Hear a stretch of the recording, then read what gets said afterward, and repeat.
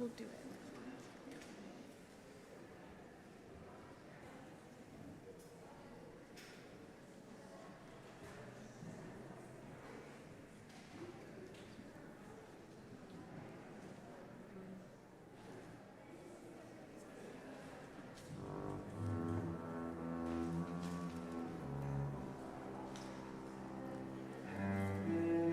Page 1 in your supplements.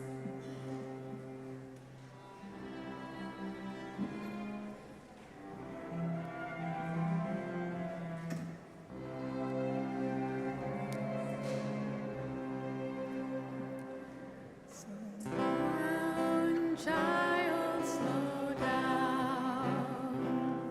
Slow down and listen to the wind.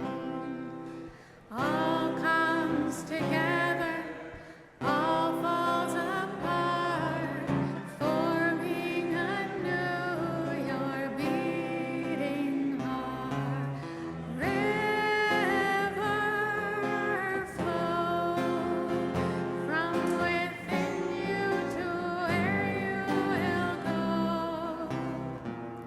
The current carries you home. Let your life unfold. Slow down, child, slow down. Slow down and you will receive. Life wants to meet you where you are, not where you think you should be.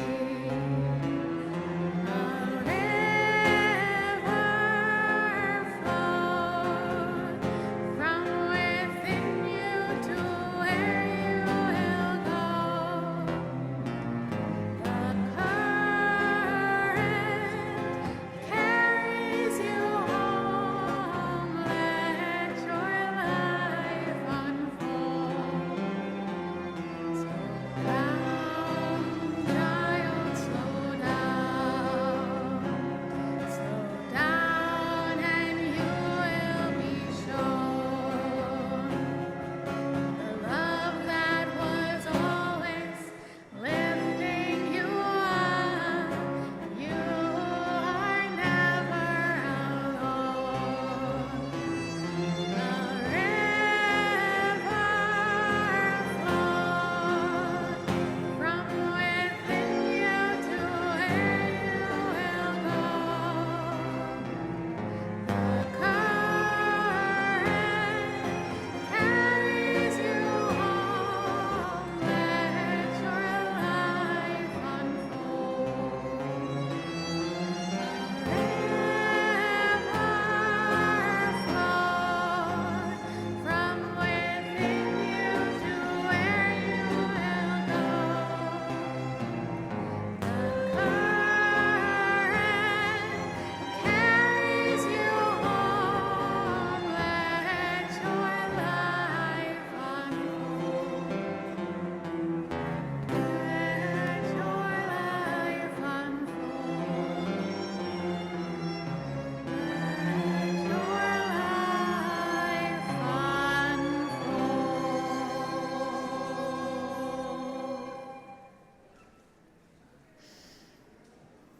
Big thank you to the music ensemble. Welcome, everyone. Shana Tova, Shabbat Shalom. It's so lovely to see all of you here. For those of you who I haven't met yet, and for those of you that I have, my name is Rabbi Farron. I'm so grateful to be here with you all and to be marking my first Rosh Hashanah in this community, in this very incredible community. So thank you for welcoming me in and being so loving and caring. I appreciate you all so much.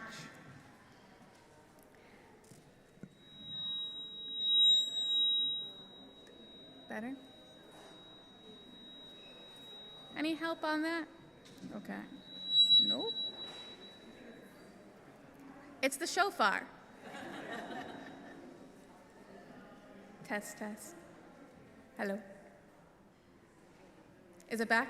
All right. So we needed to be woken up a little bit before entering Rosh Hashanah. So our theme for this year's High Holy Days is Nit Chadesh, which in Hebrew means we make ourselves anew. There's so much new at Or Shalom. I'm new. We bought a new building in Bernal Heights that we are slowly moving into and settling into. We are launching a revisioned youth and family education program and a revisioned Bar Mitzvah program, and so much more. Yet so much is also old, constant.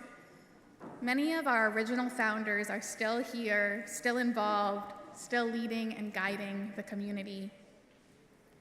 We continue to be characterized by a spirit of openness, with a desire to tear down the barriers to entry and welcome all in, to create the safest and most inclusive Jewish community we possibly can. At our core, we remain true to ourselves, and it is out of this core that we're able to innovate. So I invite all of you here today, those of you who were at the very first Rosh Hashanah service that Or Shalom ever held, and those of you who learned of Or Shalom's existence just a few hours ago, you are all welcome here. And together, throughout the course of these holidays, I pray that we return to our core, out of which we can make ourselves anew. So with that, I'd like to invite up Stacy and Pierre, are you all here? Amazing, to read us a kavanah, an intention, and a welcome.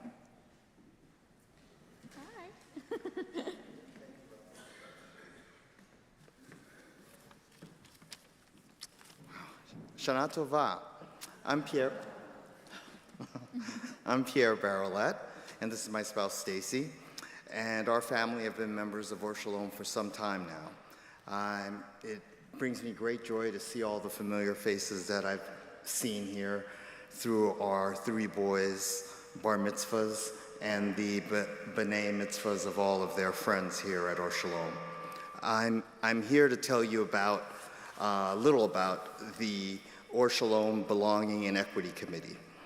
Then Stacy will read a Or Shalom version of Hinenu, a poem that's called Here We Are by Dory Midnight.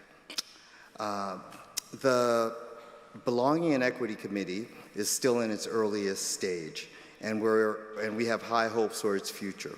The committee's goals is to make sure that everyone feels a full sense of belonging and equity at Or Shalom, and that we practice our values internally, as well as an organization. You can help in a couple of ways. First, if you've been to Or Shalom before, you can reach out to someone here of our activities who may not or not yet feel they belong here. The new year is a good time to dedicate ourselves to working together to strengthen our community by helping everyone feel welcome. Second, you can give us feedback. On the one hand, what does Or Shalom do well to enable you to feel a sense of belonging and equity? On the other hand, do you feel a sense of belonging and equity? And on the other hand, do you feel othered, or ways that we can feel more a sense of belonging and equity? After the high holidays, we'll be in touch to collect your feedback. Now, Stacy will read the poem. Thank you. Hinenu, we are here.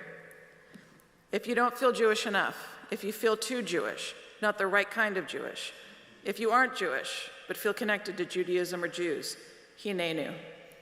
If this is your first time coming to services, if you've been going to services all your life, if you haven't been to services in years because of your politics, family of origin, queerness, crisis of faith, because of racism, classism, or sexism, or you just haven't known where to go, If you have felt scared to attend services because of the rise of anti-Semitic violence, if the rise of anti-Semitic violence has pushed you to want to be more explicitly or visibly Jewish, Hinenu.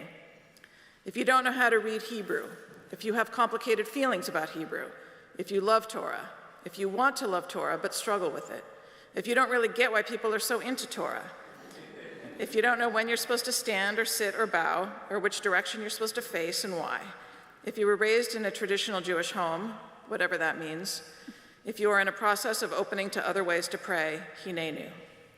If you struggle with how to relate to Judaism due to your feelings on Israel, if talking about Israel and Palestine is breaking your family or your friend circles apart, if you don't talk about Israel or Palestine in your family, if you have a strong connection to Israel and your heart hurts or your blood boils when you hear how it is spoken about in relation to Palestine, if you've been waiting your whole life for someone to say the words occupation and Palestine in high holiday services, if you long for Jewish communities and ritual spaces that are grounded and in service to collective liberation, Hinenu.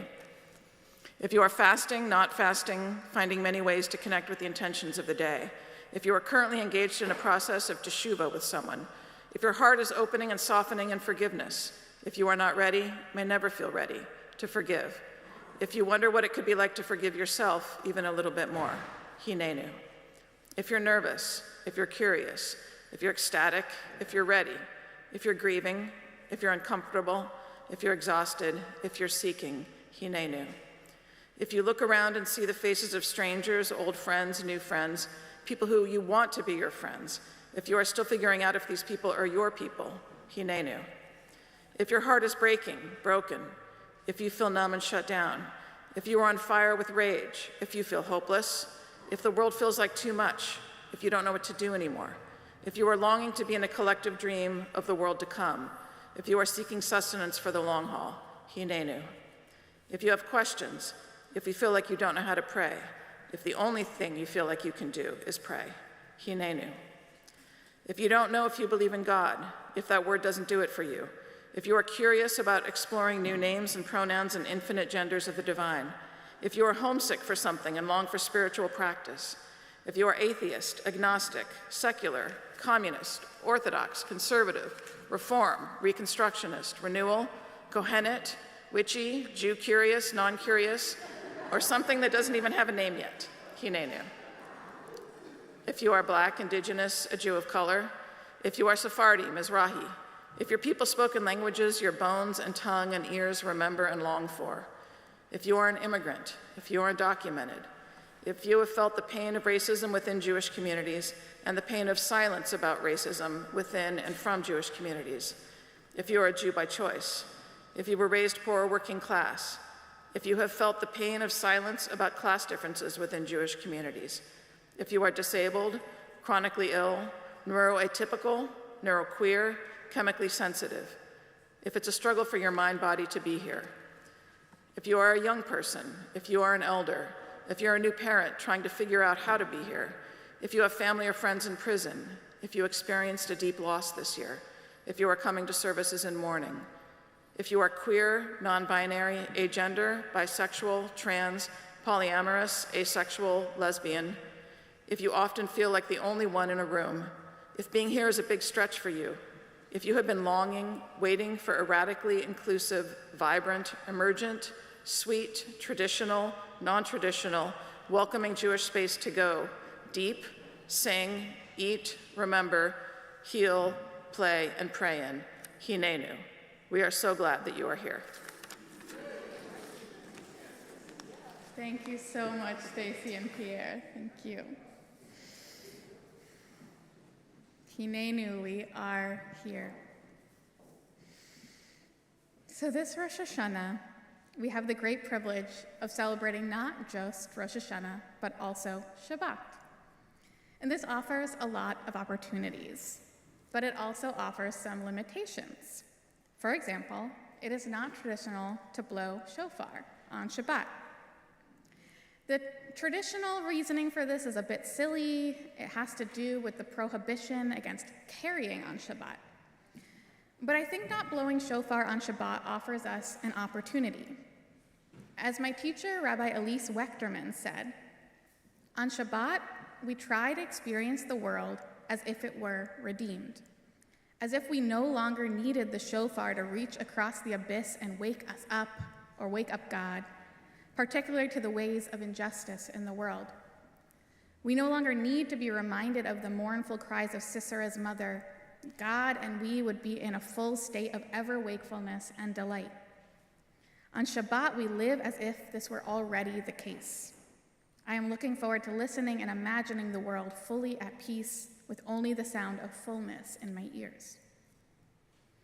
So over the course of Rosh Hashanah, we will not be blowing the shofar as a spiritual opportunity to live inside the world as if it were always already whole. And we will be exploring the shofar in various ways throughout the next 24 hours. But it's not quite Shabbat yet. So we are going to hear the shofar's blast one final time before we enter Shabbat to usher in the spirit of Shabbat, of rest, of peace, of wholeness, and of justice. So we'll say the bracha, and thank you. This is Jeffrey, our amazing shofar blower. We'll say the bracha, which I don't know what page it's on, but it ends with Lishmoa kol shofar is the ending of the bracha. So we say, Baruch atah Adonai Eloheinu melech haolam asher kiddushanu b'mitzvotav v'tzivanu lishmoa kol shofar. Tekiah. Shavarim. Trua.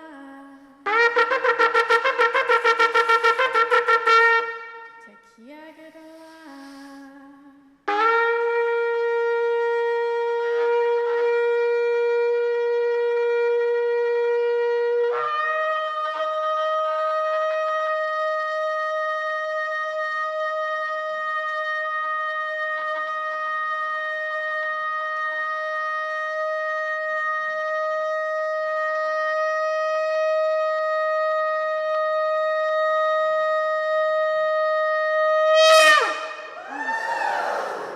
Shana Tova, everyone.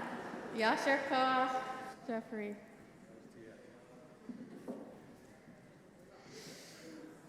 Do you feel awake? So now I would like to invite up Seraph to share, oh, there you are, to welcome us into the space a little bit more.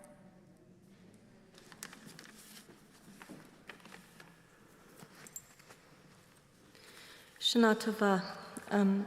In a minute or two, I'm going to invite you to join me with the land acknowledgement that's at the bottom of page 1 in the supplement sheet.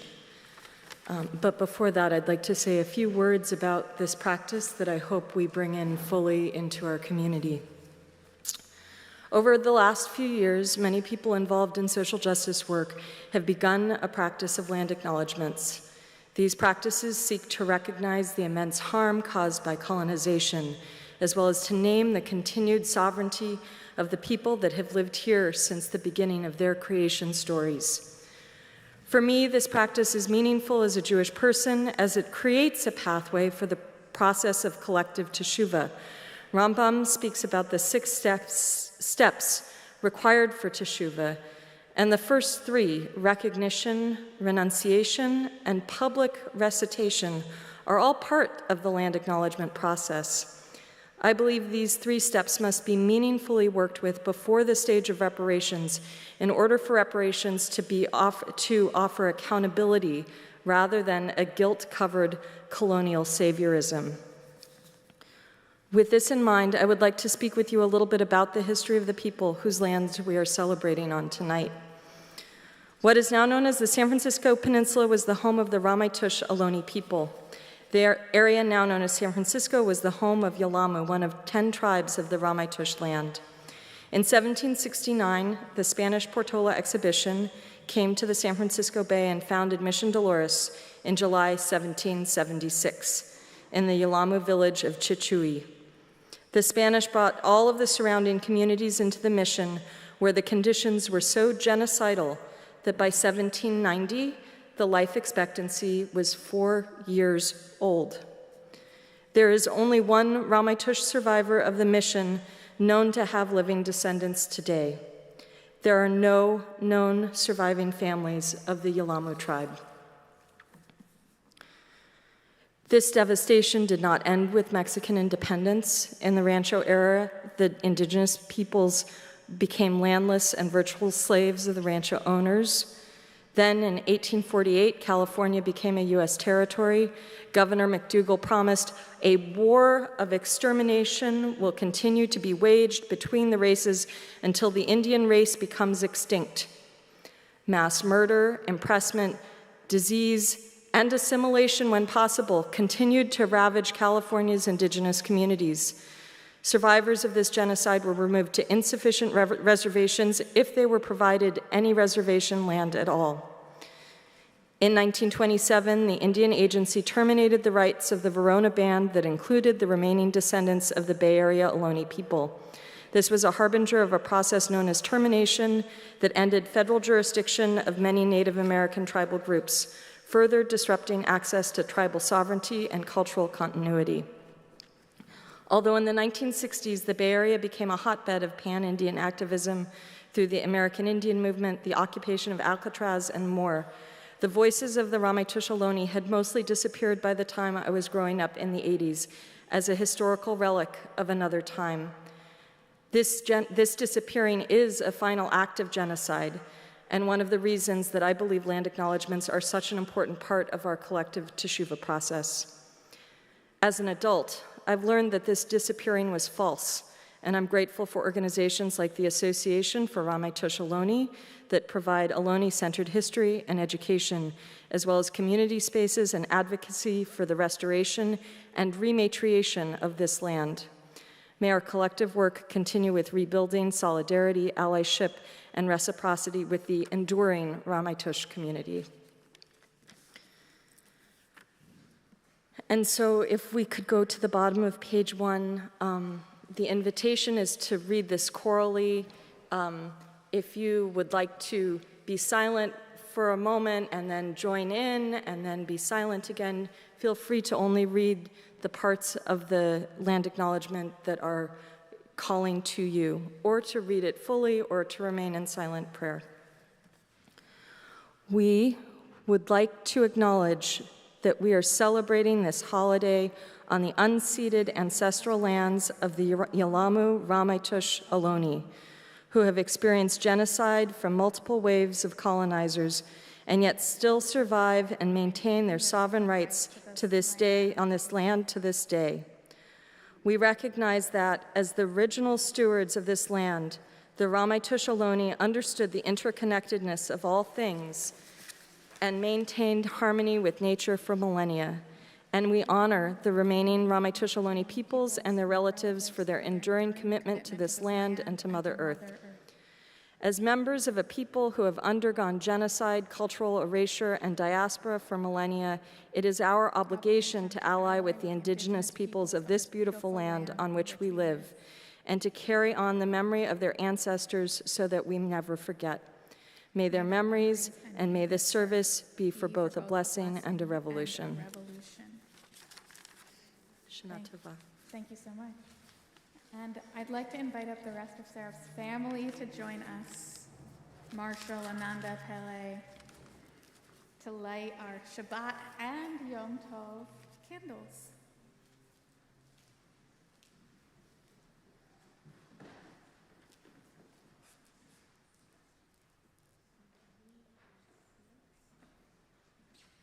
And you can find the blessing on page 28 in your books.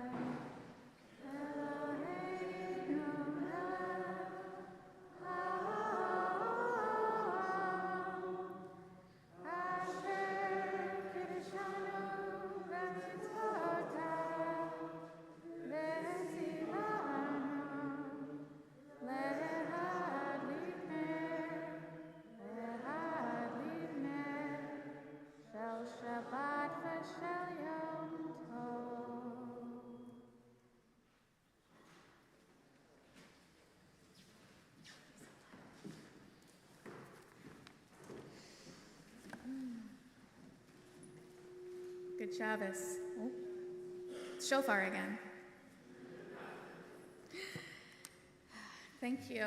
I feel very grounded from all of this introduction and ready to enter into the service. Hopefully.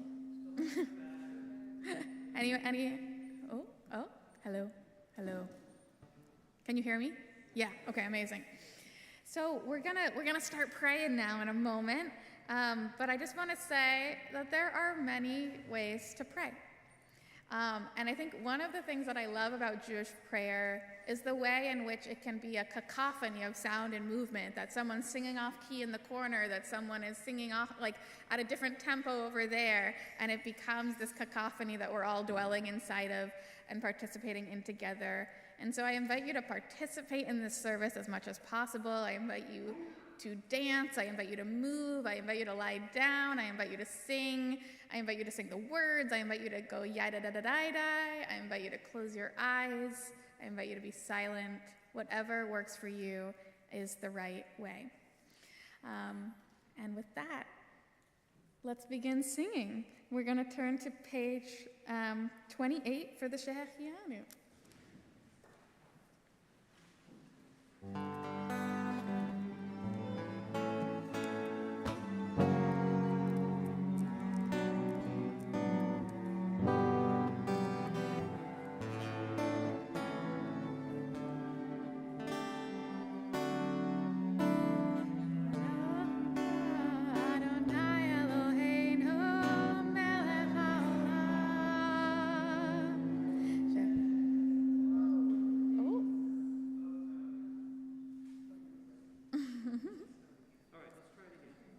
We need to be really prepared and ready for this new beginning. If you don't need the gain that high, please just turn it down. Thank you.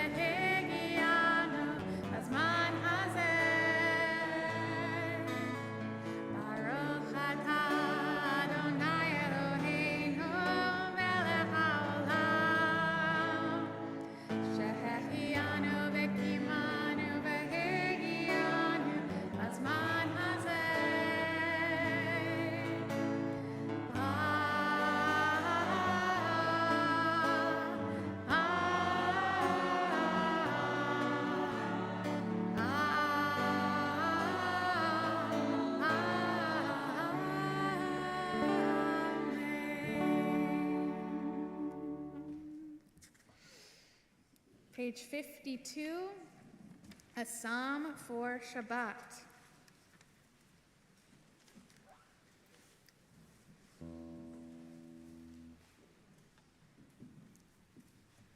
Singing the second line.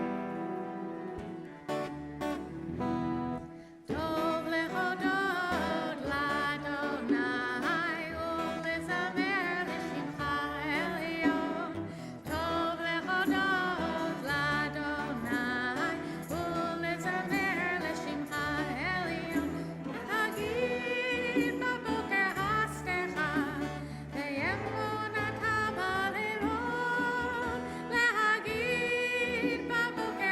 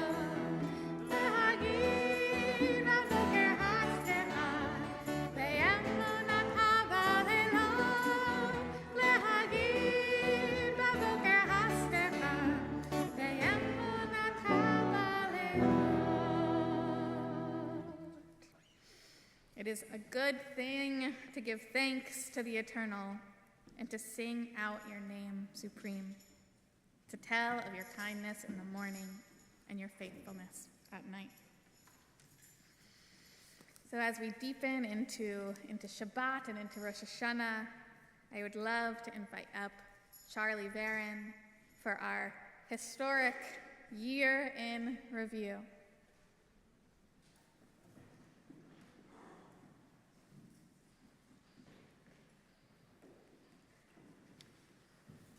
And this year I'm joined by Lisa Garbus. We gather this evening as a community, witnesses to the passing of another year. We remember, we reflect, we take stock. Since we gathered here a year ago, the Earth has completed another orbit around the sun. It was a year of extreme weather, record high temperatures, flooding in Pakistan, Greece, and Libya, and wildfires in Canada and Maui, among many other disasters. As one environmentalist put it, this is the part of the story where the plagues begin. It was also a year when green energy moved from the age of innovation to the age of adoption, with governments around the world pouring trillions of dollars into clean energy to cut the carbon emissions that are warming the planet.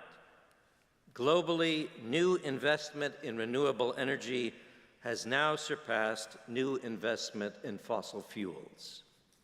In the last year, the House January 6th Committee completed its investigation and report. There have been guilty verdicts for more than 700 people who joined in the conspiracy to overturn the 2022 election and undermine American democracy, with prison sentences as high as 22 years. And yet, many who supported, schemed, and covered up the attempted coup are still in positions of power today. In the last year, Donald Trump was indicted on 91 felony counts. So far, he has been arraigned in New York, Florida, Washington, D.C., and Georgia. In the last year, the war in Ukraine continued. Ukraine's President Zelensky addressed Congress, the U.S. agreed to supply cluster munitions, and Yevgeny Prigozhin and his Wagner group mutinied and marched toward Moscow. 2 months later, Prigozhin died in a plane crash. Russia's aviation authority offered no comment. This week, North Korean leader Kim Jong-un pledged full support to Putin. In the last year, the grain export deal between Ukraine and Russia was suspended by Russia, exposing countries in the global south to increasing food insecurity. In the last year, American basketball star Brittany Griner was released from a Russian prison, and Russian opposition leader Alexei Navalny was sentenced to an additional 19 years. In the last year, there was a coup in Niger. The Chinese government staged military exercises near Taiwan, and Finland joined NATO. Britain crowned King Charles, Mohammed bin Salman was appointed Prime Minister of Saudi Arabia, and Xi Jinping began his third term as China's president. In Brazil, Lula defeated Bolsonaro. In Turkey, Erdogan won another term. And in the UK, Liz Truss became the shortest-serving prime minister in Britain's history. In Israel, Bibi Netanyahu and his new far-right government began a scheme to take power away from the judiciary, setting off a national crisis with hundreds of thousands of Israelis demonstrating in the streets. The pro-democracy protests are now in their 9th month. In the last year, the Chinese economy slowed down. French President Macron signed a law raising the pension age from 62 to 64, and in Iran, authorities continue to arrest and detain women's rights defenders. Spain's women's soccer team won the World Cup, and the head of Spain's soccer federation was suspended for sexual harassment. In the last year, India landed a spacecraft on the moon. the U.S. shot down a Chinese balloon, and the Titan submersible sank to the bottom of the ocean. It was a year when Turkey, Syria, and Morocco were devastated by earthquakes, and more than 5 million Sudanese fled their homes as a power struggle raged between rival militia factions. In the last year, Japan began releasing radioactive wastewater into the ocean from the Fukushima nuclear plant, which melted down after the tsunami 12 years ago. In the last year, the World Health Organization declared that COVID-19 is no longer a global health emergency, and President Biden said the pandemic is over. Not everyone agrees. To date, nearly 7 million people worldwide have died from COVID. In the 2022 elections, Democrats surprised the pundits and kept control of the Senate. Republicans barely won a majority in the House of Representatives and elected Kevin McCarthy Speaker on the 15th ballot. In the past year, President Biden signed a law expanding U.S. production of semiconductor chips and a law ensuring that a future Supreme Court cannot invalidate same-sex marriages. President Biden approved the Willow oil drilling project while also revoking other Trump-approved drilling leases in Alaska, preserving 13 million acres of wilderness. In the last year, the Supreme Court struck down affirmative action in college admissions, blocked President Biden's executive order for student loan forgiveness, and also upheld the law that gives preference to placing Native American children with adoptive Native families. In the last year, Justices Clarence Thomas and Samuel Alito were found to have taken large gifts from billionaire MAGA supporters while ruling favorably on related court cases. In the last year, a judge in Montana ruled that the state has a constitutional obligation to protect its residents from climate change. The battle over reproductive freedom continues, with 22 states now banning abortion or restricting the procedure to earlier in pregnancy than the standard set by Roe v. Wade. As a result, women often must travel to other states for abortion services. In the last year, 17 states passed restrictions on medical care for transgender people. Many of these laws are being challenged in court. It was a year of strikes by writers and actors in Hollywood and bank failures in Silicon Valley. A year when the U.S. economy defied gloomy predictions, with unemployment falling to 3.5%. And it was a year when poverty among American children more than doubled as pandemic safety net programs were defunded. In the last 24 hours, the United Auto Workers Union began a simultaneous strike against Detroit's 3 biggest automakers for the first time in history. It was a year when a deal was reached to try to keep the Colorado River from going dry, and a year when 5 large insurance companies stopped issuing homeowner policies to cover damage from natural disasters. In the last year, tens of thousands of migrants arrived in New York, Los Angeles, and other cities, some of them bused there by Republican governors in Texas and Florida. Providing for these migrant families has become a humanitarian crisis. It was a year of culture wars, book bans, and a Florida law mandating that public schools teach students that some Black people actually benefited from being enslaved. It was a year when gun violence remained the leading cause of death for American children and teens, and a year when hate crimes continued to plague the country. In the last year, Tyree Nichols, a 29-year-old Black man, was beaten to death by Memphis police officers after a traffic stop. In situations where civilians pose little to no threat to police, Black Americans are 3 times more likely to be killed than white Americans. Meanwhile, since the murder of George Floyd, more than 100 American municipalities now have unarmed, non-police crisis response teams.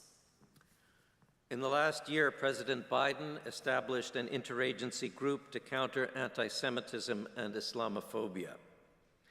In the last year, Surgeon General Vivek Murthy issued a warning about the impact of social media on youth and called young people's mental health the defining public health crisis of our time. In the last year, brain implants allowed a paralyzed man to walk, and NASA successfully tested its asteroid deflection technology. In the last year, ChatGPT released a new edition and now has over 100 million users. Some computer scientists called for a pause on developing artificial intelligence, and others suggested it might kill us all. In the last year, Elon Musk took control of Twitter and rebranded it using the Roman numeral 10.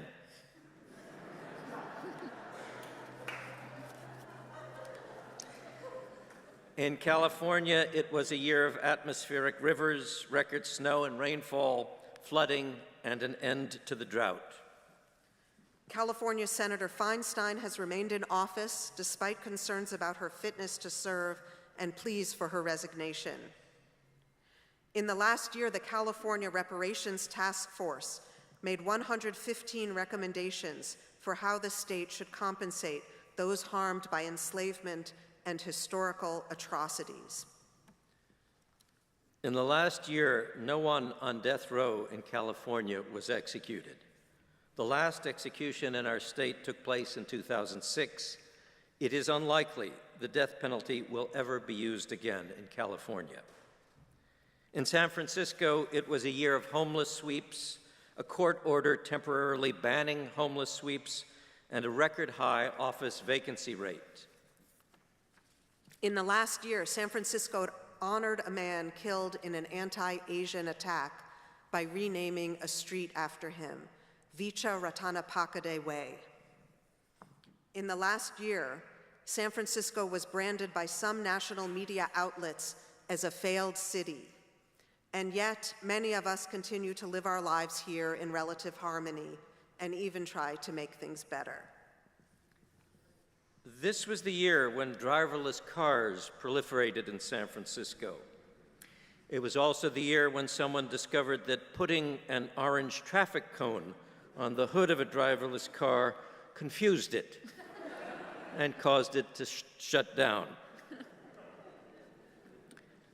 In the last year, the world lost Jiang Zemin, Pope Benedict XVI, Silvio Berlusconi, Barbara Walters, Pele, Loretta Lynn, Pharaoh Sanders, Barbara Ehrenreich, Paul Rubens, a.k.a. Pee Wee Herman, Sinead O'Connor, Tony Bennett, Alan Arkin, Tina Turner, Jimmy Buffett, Vida Blue, Harry Belafonte, Dame Edna, Daniel Ellsberg, David Harris, Fred Ross Jr., Chris Strachwitz, Jerry Mander, Wayne Shorter, Bay Area radio legend Scoop Nisker, and disability rights activist Judy Heumann. And in the last year, we lost hundreds of San Franciscans to accidental drug overdoses. In our community in the last year, we welcomed our new rabbi, Rabbi Farron. We celebrated new babies, b'nai mitzvah, graduations, and weddings. Teeth were lost, new teeth grown. Many hours of homework were done. And many items were purchased online that turned out to be disappointments. Parents and grandparents took care of children. Adult children cared for aging parents. A lot of us did the best we could for our loved ones. We continue to deal with uncertainty and unknowns at every level, in our personal lives, our family lives, our communities, our country, and our world. In the last year, activists organized for justice, for democracy, for universal health care, for voting rights, for climate justice and environmental sustainability, not giving up on humanity or the planet. Around the world, millions of people worked for universal access to safe food, shelter, and clean water. In the last year, without warning or preparation, human beings entered into moments of intense joy. In the last year, some of us have lost family members and friends. Charlie and I both lost our fathers. Some have struggled with illness, injury, addiction, and unemployment. Some have been blessed with healing and new beginnings. Let us reflect on what we have learned this past year, what we've learned about ourselves, What we've learned about loved ones and about our community. what we've learned about the world, What we've learned about our purpose in life. This is the 14th Rosh Hashanah when we as a community have looked back at the global, national, and local events of the year. This practice has taught me that there's much we cannot foresee and little we can control, but we can help shape what's possible. It's up to us to find ways to work for the kind of city, country, and world we want to live in. As Scoop Nisker of blessed memory used to say, if you don't like the news, go out and make some of your own. Thank you. Thank you. Thank you to you both. Yasher koach.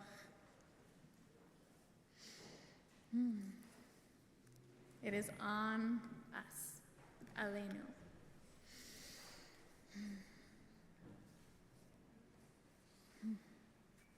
So with those words and those stories and that history simmering in us, I'm going to invite us deeper into prayer, into the Mariv service. And what I find fascinating about Erev Rosh Hashanah is that the words that we pray are, for the most part, the exact same words that we would pray any other night, on Shabbat, on a weekday. But what is different is simply the way we sing these words, the tune, the melody that we use to uplift them. So rather than tell you what I think the music does, I invite you as we enter the Mariv service, ask yourself, how does this music transform you? What might it teach you about this day? What might it teach you about yourself? And what might it teach you about the structure of the universe? So I invite you to rise and turn to page 58 for the Hatzi Kaddish.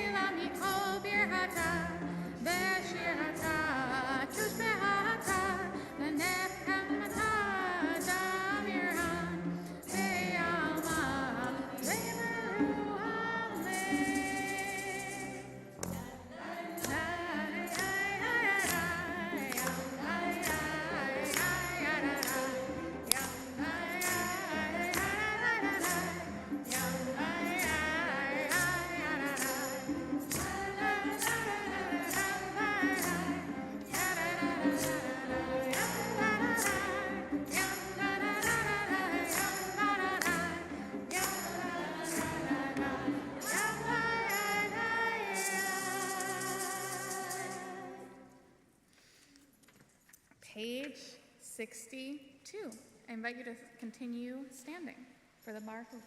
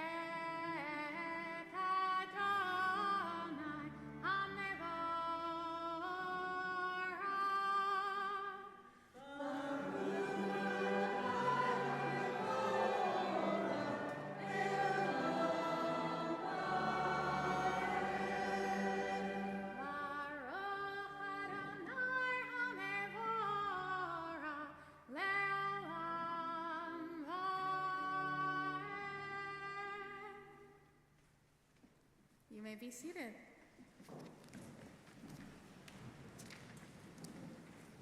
Page 66 at the bottom.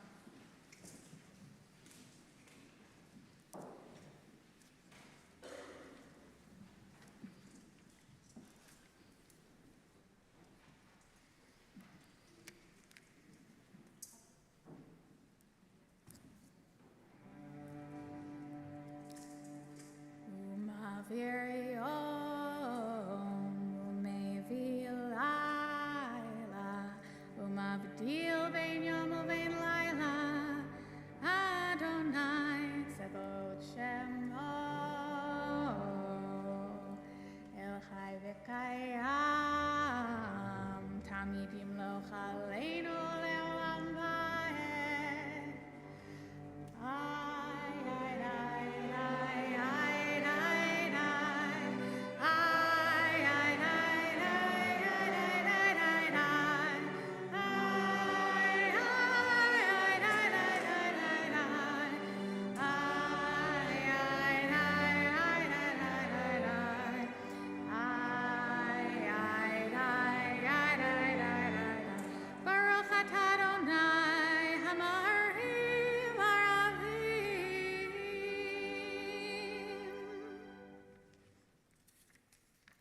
Page 72. Havat Olam, with everlasting love, you love us.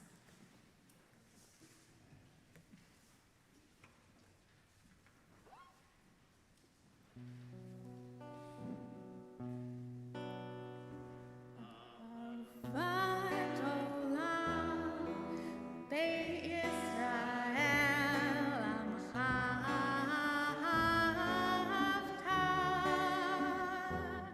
Torah mitzvot, hukim u'mishpatim, otanu limadeta. Al kein Adonai Eloheinu, b'shochveinu u'b'kumeinu,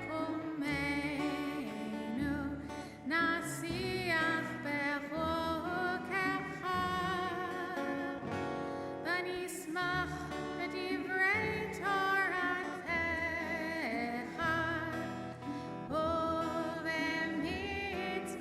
ובמצוותיך לעולם ועד. כי הם חיינו ואורך ימינו ואורך ימינו. ובהם נהגה יומם ולילה, יומם ולילה.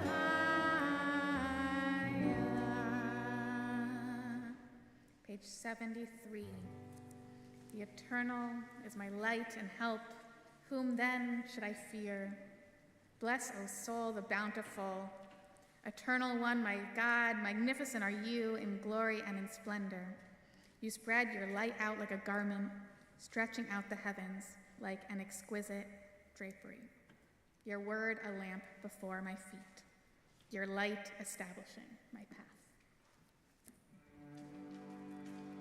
Ve'ahavtecha lo tasor mim. Ve'ahavtecha lo tasor mimenu leolamim. Ay, ay, ay, ay, ay, ay, ay. Ay, ay, ay, ay, ay, ay, ay, ay, ay. Ay, ay, ay, ay, ay, ay, ay. Ay, ay, ay, ay, ay, ay, ay, ay. Ay, ay, ay, ay, ay, ay, ay. Baruch atah Adonai, Ohev Amo Yisrael.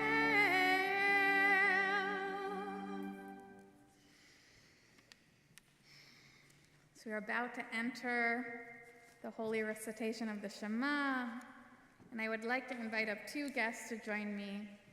I would like to invite up Paul Axelrod to read a kavanah before we recite the Shema, and I'd like to invite up Vivian to help me in the recitation of the Shema and the Ve'ahavta.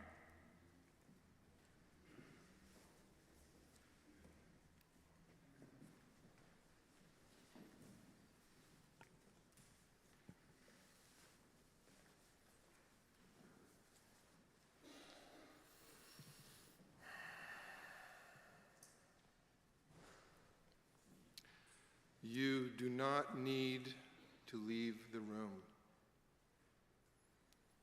Remain sitting in your place and listen. Do not even listen. Simply wait. Do not even wait. Be quiet, still, and solitary. The world will freely offer itself to you to be unmasked. It has no choice.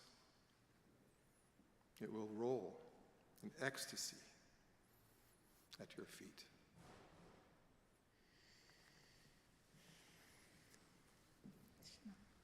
Page 76. Shema Yisrael Adonai Eloheinu Adonai Echad.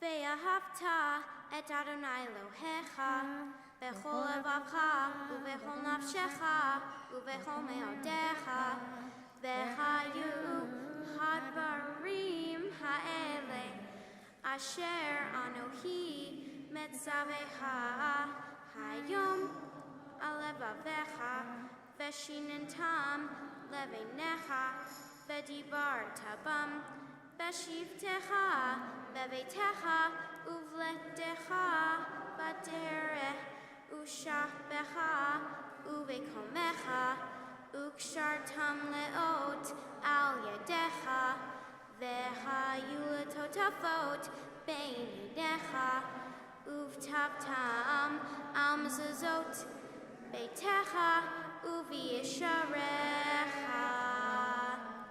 Yasher Koch, Vivian. I invite you to continue reading silently through the next few pages. You can pick biblical selection 1 or 2, and then we'll pick back up together on page 84.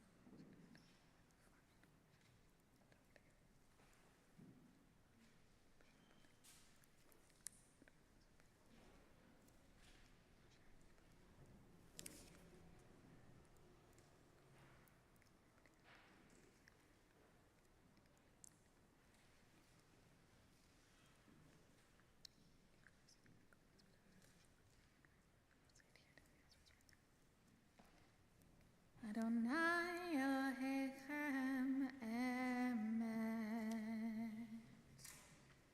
Page 90. Love is the gateway to liberation. And the structures of our prayer prove it. We were just told of the divine force's love for us and our love for them. And now we stand on the precipice of song, the song that the Israelites sang as they crossed the sea from constriction to liberation. So let's cross the sea into liberation together. Mi Chamocha, page 90.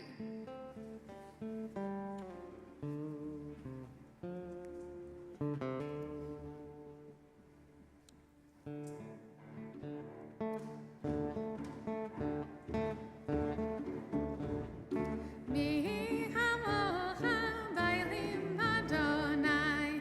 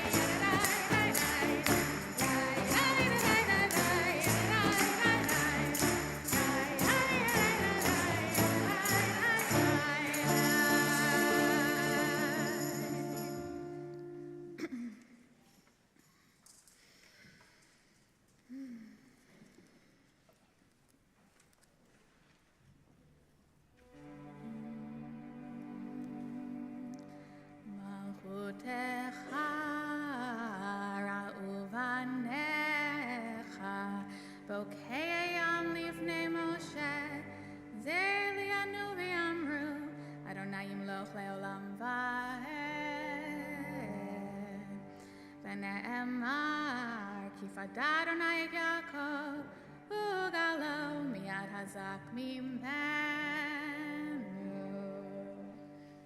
Ay, ay, ay, ay, ay, ay, ay. Ay, ay, ay, ay, ay, ay, ay, ay, ay. Ay, ay, ay, ay, ay, ay, ay, ay. Ay, ay, ay, ay, ay, ay, ay, ay. Ay, ay, ay, ay, ay, ay, ay.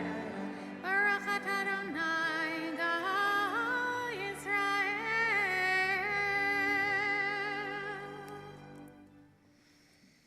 Page 92, or the transliteration on 94. Hashkivenu, help us to lie down.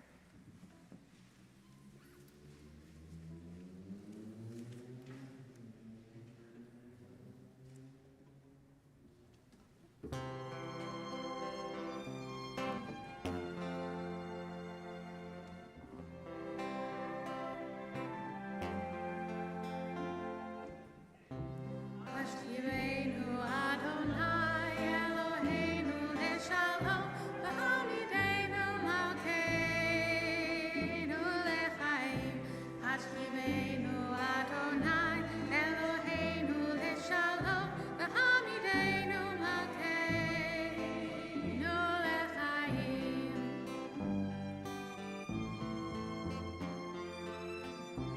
Hashkivenu Adonai Eloheinu leShalom, v'hamidenu Malkeinu lechaim. Hashkivenu Adonai Eloheinu leShalom, v'hamidenu Malkeinu lechaim. Morteitenu Uvoenu L'chaim leShalom Ve'atamenu.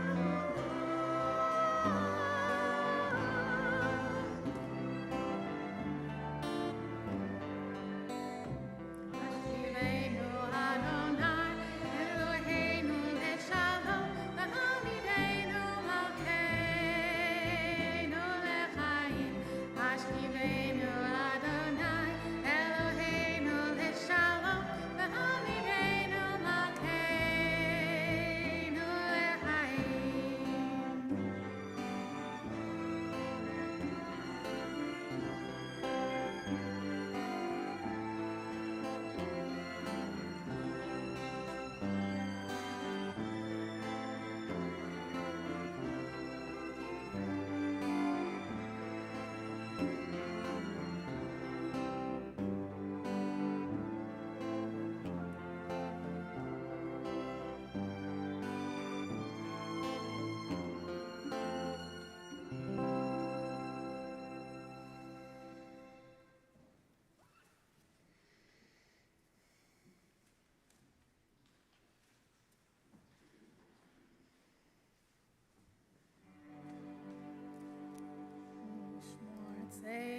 Morteitenu Uvoenu L'chaim leShalom me'atah ve'ad olam, Ufros aleinu Sukat Shlomecha.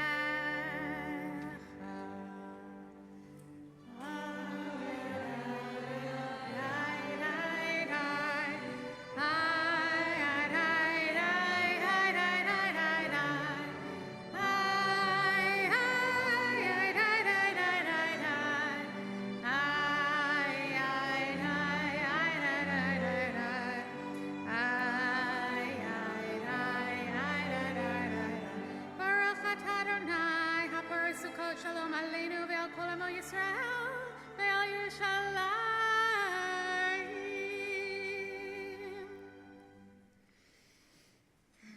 Blessed are you, compassionate one, who spreads your canopy of peace over us all. So again, we have the special privilege of it being not only Rosh Hashanah, but Shabbat. So I invite everyone to rise and to dance if you feel so called and you feel so moved and you feel so able for the Vishamru, page 94. 6.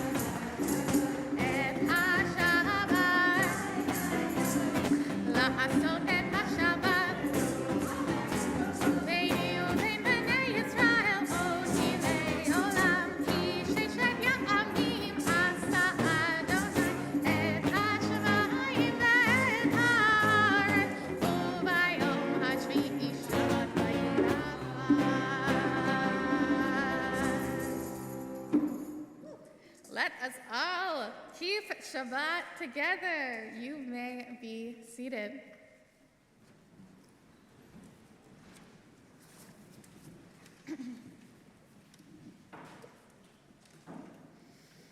We make ourselves anew.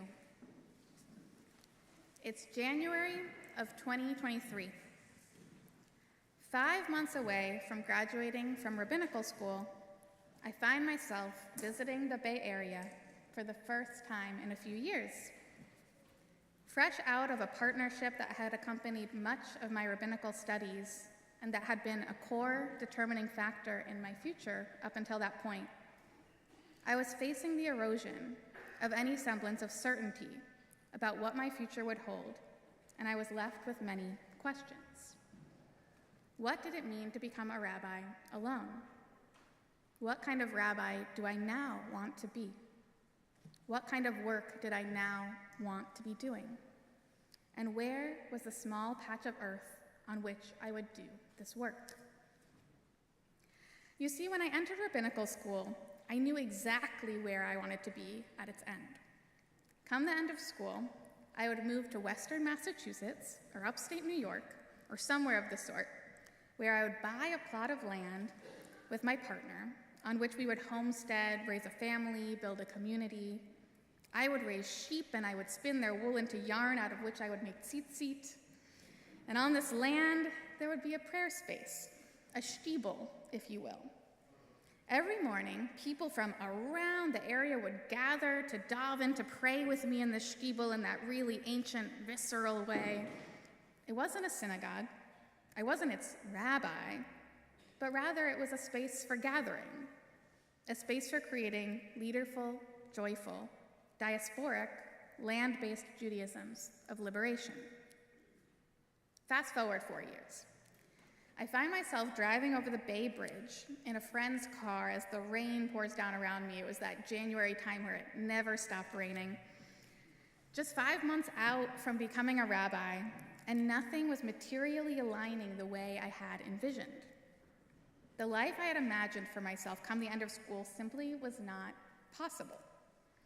And not only that, but I was starting to doubt whether that core desire, that core vision, was really what I wanted at all anymore, or rather something that I had simply grown so attached to that I was scared to let it go.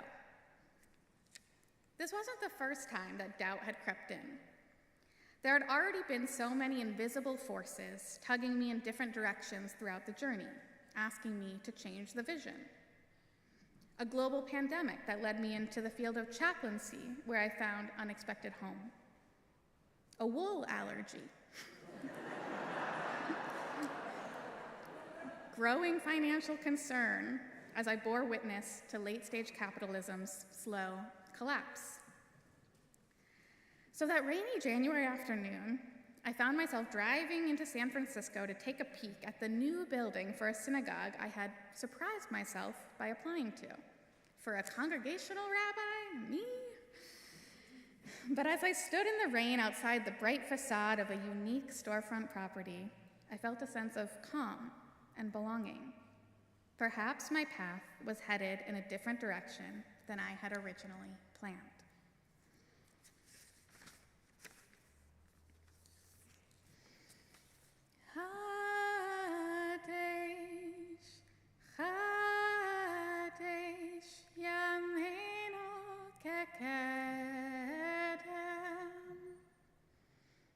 I am making myself anew. When the Israelites were wandering in the wilderness, their holy space wandered with them. And one would think, based on all of the miraculous happenings in the desert, that this holy space, this Mishkan, would just magically pick up and move with them. But that was far from the truth. Close your eyes for a moment and join me inside of the Mishkan, this portable, holy space. In the vision, not in real life, but in the vision, open your eyes and look around. All around you are heavy, durable acacia wood beams coated in the finest gold, stretching for about 45 feet in front of you.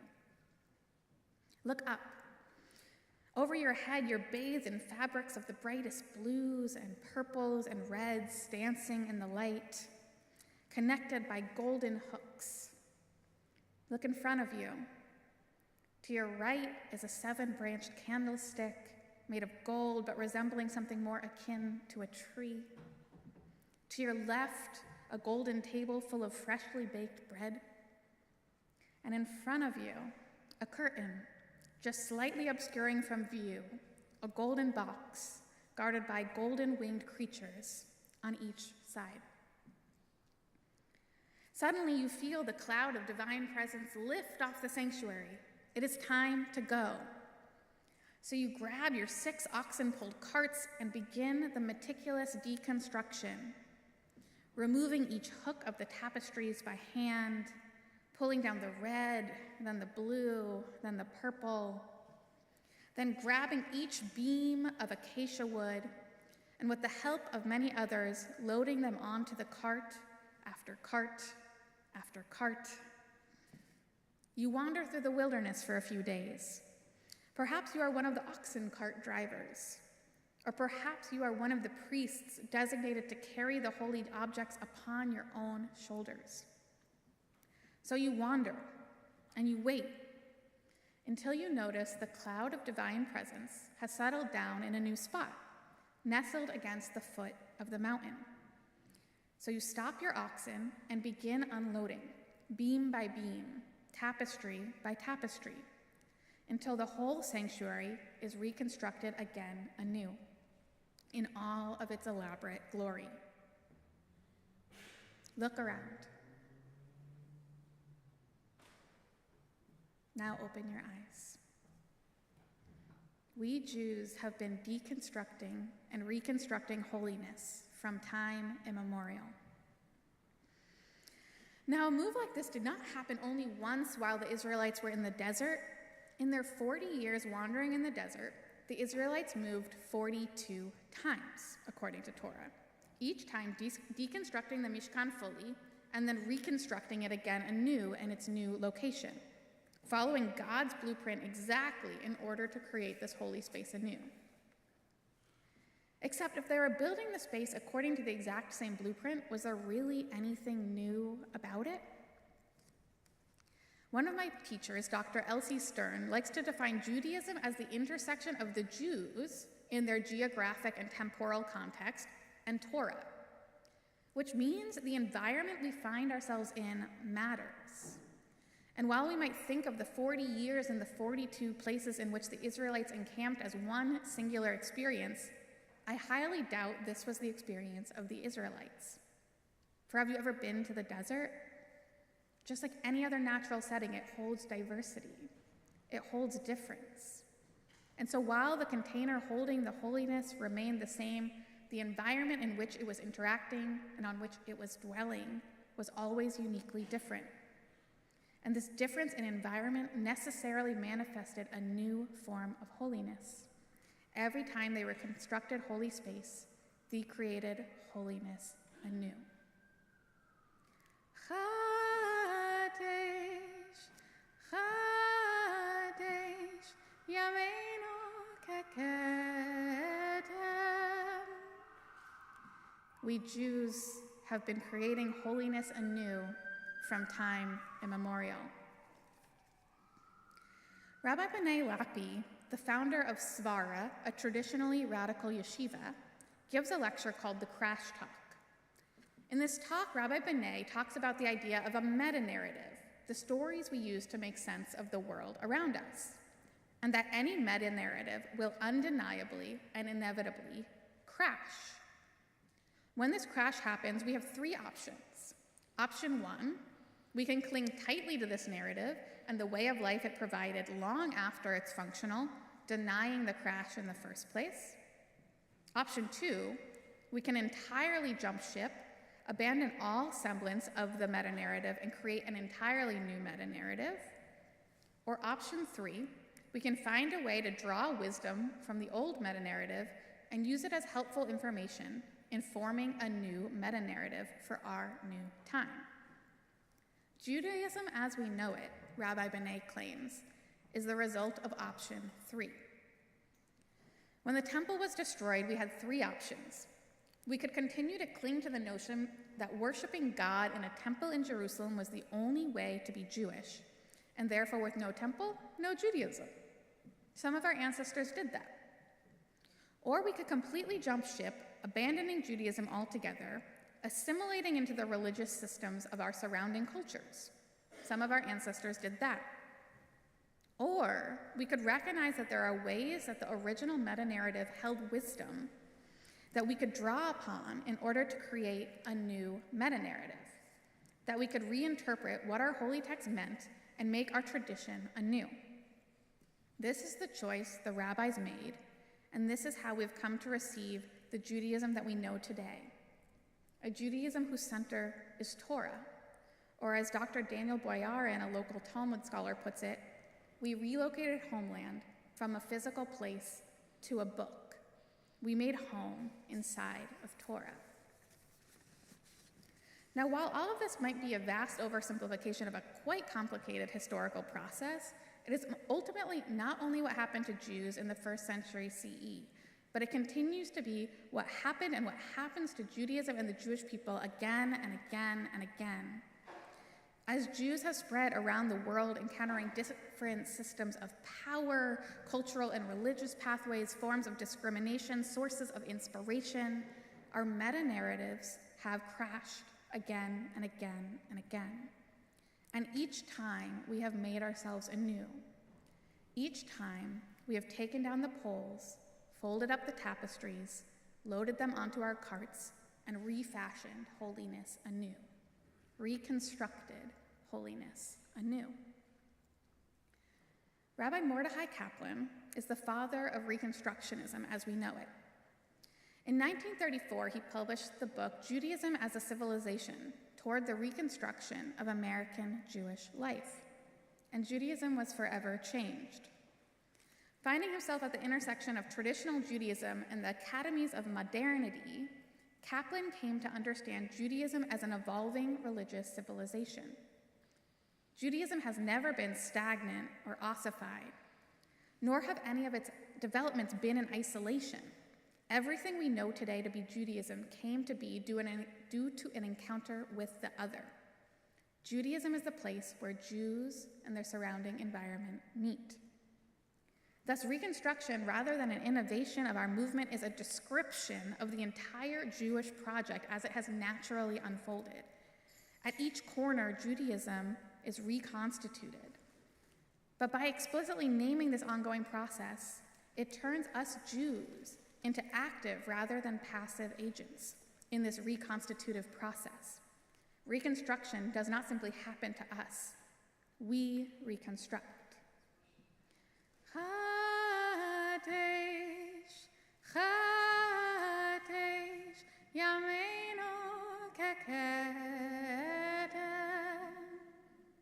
We make ourselves anew. For as long as Or Shalom has existed, it's existed as a mishkan, as a traveling holy place. Every time you had to change locations for whatever reasons, you would pack up your belongings, load them onto your modern oxen carts, also known as cars, and transport them to the next location, except the holy objects, which I understand, just like the priests, you carried by hand. And there you would reconstitute and create holiness anew. We are in the process of a new kind of reconstitution, converting from a mishkan, a traveling holy place, to a Beit HaMikdash, a housed holy place, stable in space. But just like the temple in Jerusalem, which took 7 years to construct, such a grounding takes time. Reconstructing holiness takes time.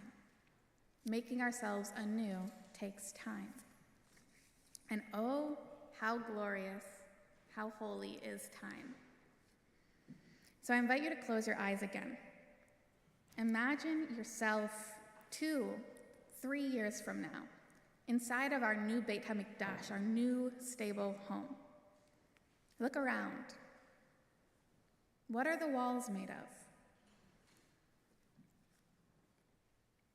Look up. What is above your head, protecting the community? Look ahead of you. What sanctity do you behold? And who are you? Who have you become in these passing years? How have you made yourself anew? Your relationships anew? Your commitments anew? And what is our world? How has it been fashioned anew? And what role have you played in its fashioning?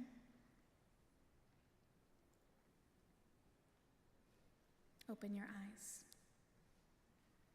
It is September of 2023. I find myself on a bima that is not a bima, inside of a Jewish sanctuary that is a Unitarian church, in a city that is familiar and yet new, in front of many of you who I have met and many of you who I have yet to meet, not even 3 months into serving as your new settled rabbi. I know the bricks of my former self have been deconstructed. I know that with them, a new foundation has been laid. I do not yet know who I am becoming, but I am excited with your help to find out. Shana Tova and Shabbat Shalom, everyone. We'll turn to the supplement on page 2 for return again.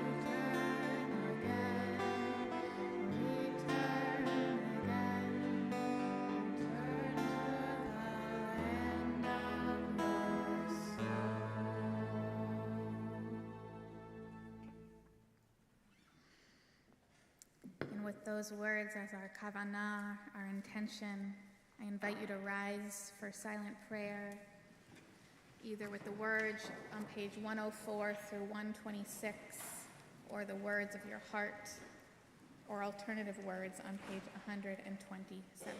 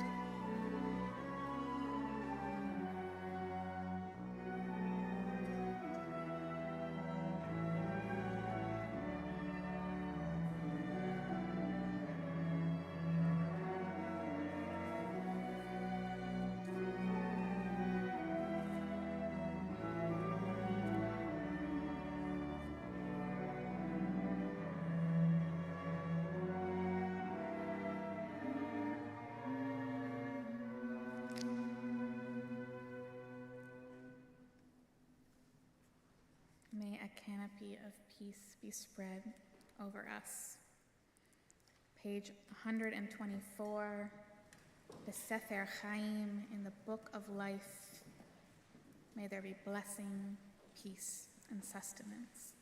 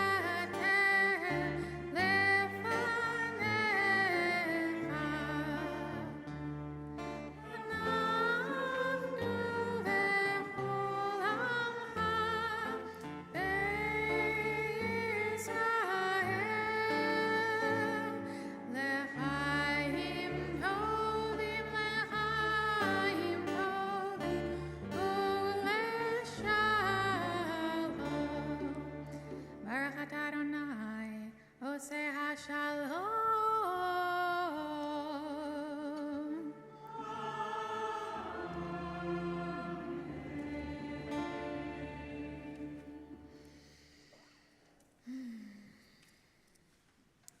Speaking of the Book of Life, I would like to invite up Debbie Ben-Ruby to speak about our Tikkun Olam committee.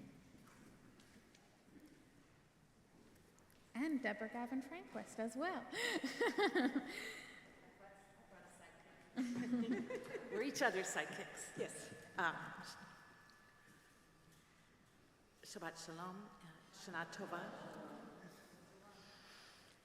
In the last year, Shalom has supported the social justice work of congregants in a variety of initiatives that I just want to name a few of them. We've partnered with the Environmental Voter Project and Dayenu, the Jewish Movement for Climate Action, in nonpartisan Get Out the Vote activities and lobbying our legislators, local and national. With the Southside Jewish Collaborative, that is our fellow congregations Ner Tamid and Am Tikva, we served meals at St. Anthony's and on the streets of the Mission District with the San Francisco Night Ministry. Shalom members have supported refugees in our city and explored the concept of refuge in a beautiful Friday night service with folks from Faith in Action. And members have amplified the work of the California Nurses Association to support single-payer healthcare legislation on the state and national level. And we have partnered with the San Francisco Black Jewish Unity Coalition to support work on both the state and local level that has resulted in recommendations about reparations for Black Americans that you're going to hear a little bit more about from Deborah in a minute. This year, the Tikkun Olam Committee is planning with Rabbi Farron a series of community conversations about social justice at Shalom with the goal of discerning what is calling us and how do we want to answer the call. We'll begin this conversation on the afternoon of Yom Kippur, right here, probably not in this room, but here between services, and I hope you'll join us if you can. And we'll be continuing the conversations in 3 more sessions this fall. And now Deborah's going to tell you more about the Unity Coalition and the Reparations Project. So before I do that, I know there are other Shalom people here in the room who have been involved in the San Francisco Black Jewish Unity Coalition longer than I have been. So those of you who have been involved, if you would just stand up for a moment and everybody else look around and see who's been involved in that work. The Unity Coalition started with a conversation between just a couple of people. We thank you.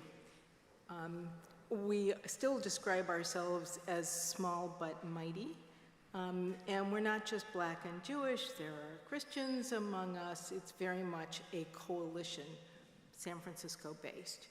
And we work on a variety of issues, including housing and voter rights and legislation. And there's a strong strain of working on prison reform and justice reform. I'm here to talk to you today specifically about reparations for African Americans in San Francisco, because something is happening right in the middle of our high holy days, and particularly for those of us who live or work in San Francisco.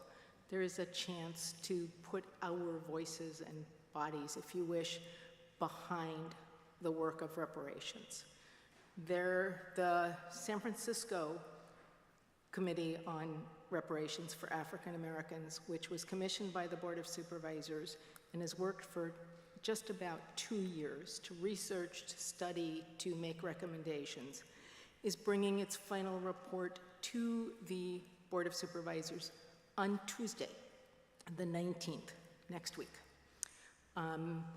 They're bringing recommendations. That's what they were asked to do. Now the new supervisors need to take that in and make decisions about action. You may have seen news articles which mention one recommendation involving $5 million per person. That's really hit the news. There are about 114 other recommendations in the report, and they really start with what Seraph was talking about before, with acknowledgement, with the supervisors, with the government speaking about the injustices that African Americans in San Francisco have experienced right up until quite recently. And then they move into a variety of recommendations and such, including such possibilities as establishing a community development bank, or bringing a branch of a historically Black university, college or university to San Francisco. Many other recommendations. There was an article in yesterday's newsletter, which I encourage you to read. It's got links to, I think it's a 32-page report. And there's an action, a specific action for Tikkun Olam, which we're asked, 2 of them, which we're asking you to do. Individuals can sign on in support of this report. There's a link in the newsletter, and we'll have some of that information in the lobby. But you go there and you sign your name. Our board has already voted that Or Shalom as a community is behind this set of recommendations, and Rabbi Farron signed for us. We need a lot more of us. The Board of Supervisors needs to know that it's not a small group or a special interest that is interested in justice for African Americans. And for those of us who can do it on Tuesday, we can show up in front of City Hall at noon. There will be a rally about this report, which will be presented to the supervisors, and then at least some people will be able to get into the supervisors' chambers for the hearing, which is happening at either 2 or 3. We were getting conflicting information. There's a link in the newsletter on which you should be able to get updates. Definitely sign if you feel at all called to that. Study it for sure, even if you're not sure you're called to that. And if you can, join us on Tuesday at City Hall. These are acts of teshuvah that we can make both individually and collectively this week. Thank you, Debbie and Deborah. And I will say that reparations is not just a form of restitution for Black people and the descendants of formerly enslaved people, but it is in and of itself a form of healing, and a form of healing for all of us of every race and ethnicity and religion who live on this land currently need the healing that an act like this would provide. So with that, I would like to invoke our prayer for healing. We're going to use the words, El na rafa na la, please God heal her now, which Moses said of his sister Miriam. And I would like to invite up Liz to read our healing list. So we'll sing through the song, and then Liz will read a list, and then I will invite anyone who wants to share a name to speak it out loud as well.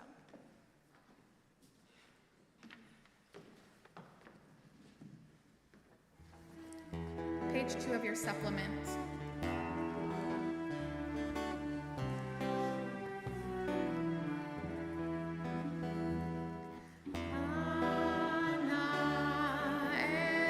Dennis Collins, Gary Bronstein, Patty Farber, Rivka Spiegel, Harav Titzpora Bat Yachoved, Geffen Paz Ben Hanavi Harav Israel, Maui and Big Island in Hawaii, Carl Magruder, Audria Blum, Carol Clark, Daniel Ben Doba V. Haim, Davina Reed, Devorah Bat Godal V. Chaya, Gail Sabin, Gail Marco, Jeff Balch, Jeff Lewis, Jennifer Cheedlaw, Katie Stein, Larry Gomes, Linda Zaretsky, Marion Mandel, Matt Ben-Ruby.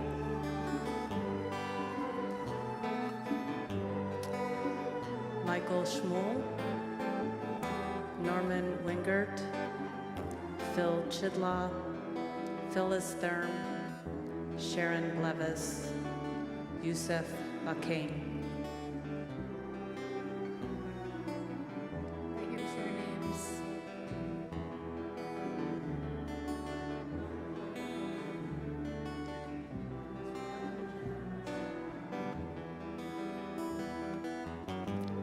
George and Gail Rothman.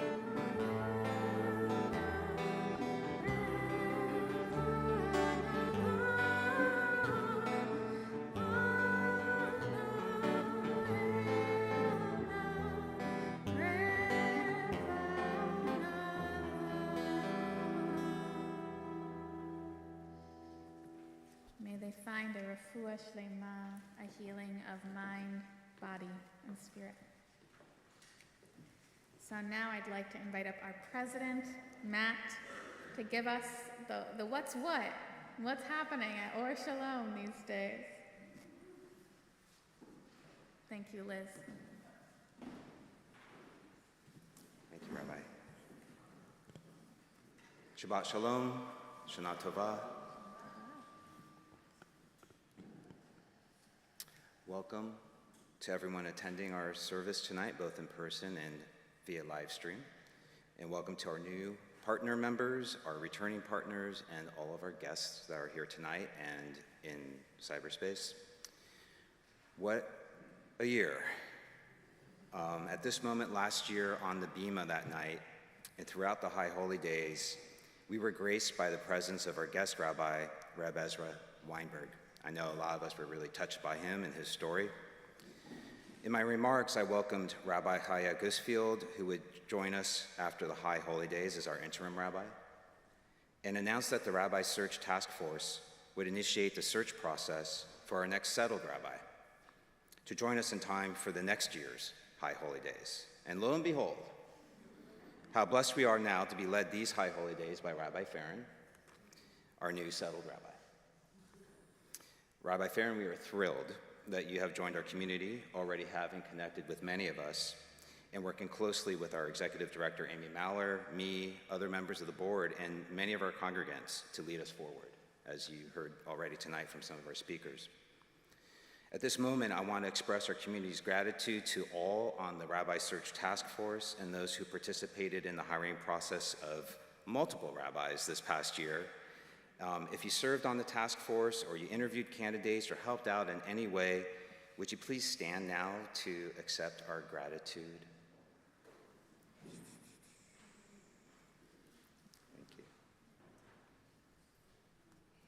Last month, we held a farewell Shabbat service in honor of Rabbi Chaya.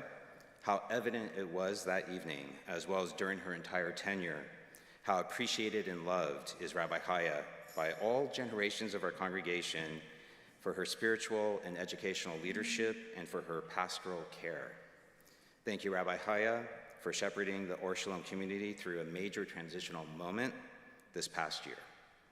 We look forward to an everlasting relationship with you and the learning opportunities you'll provide early next year in our adult education's new Lay Leader Empowerment Institute. And while I'm at it with thanking rabbis, I must again extend all of our community's gratitude to Rabbi Meira for her continued support of each of the previously mentioned rabbis as they joined our community, for her support of many in our congregation, and for her teaching moments. Rabbi Meira also conceived of and initiated the School of Jewish Living Arts this past year, offering a variety of Jewish educational activities to the entire community, young, elders, in between. Also at this time last year, Or Shalom closed escrow on the new and first permanent home, our new first and permanent home on Cortlandt Avenue in Bernal Heights. Its rear cottage is now the current home of Rabbi Farron.